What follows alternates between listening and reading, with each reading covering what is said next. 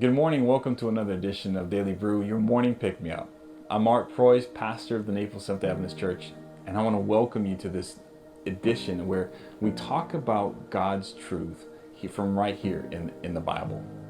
I want to read to you a text found in Numbers chapter 13, verses 27 and 28, and here's what it says. Then they told him and said, "We went to the land where you sent us. It truly flows with milk and honey, and this is its fruit. Nevertheless, the people who dwell in the land are strong. The cities are fortified and very large.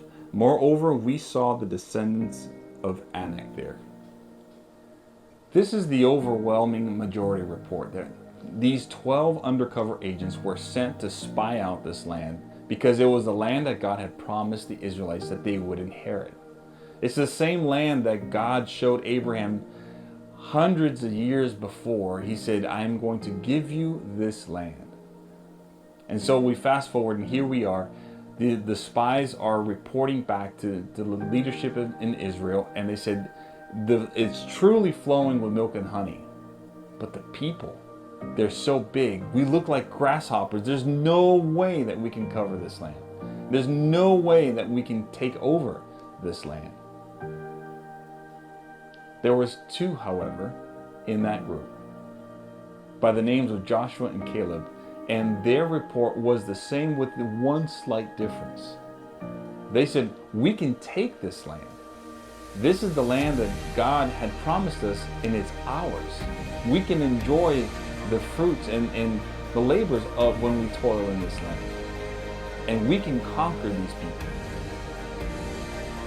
But because the majority gave such a negative report, when they decided not to pursue further with their conquest, God told them that as a result of one, of their lack of faith, and two, for not moving forward and claiming what God had already promised them, they were going to wander in the desert 1 year for each day that the spies had gone out.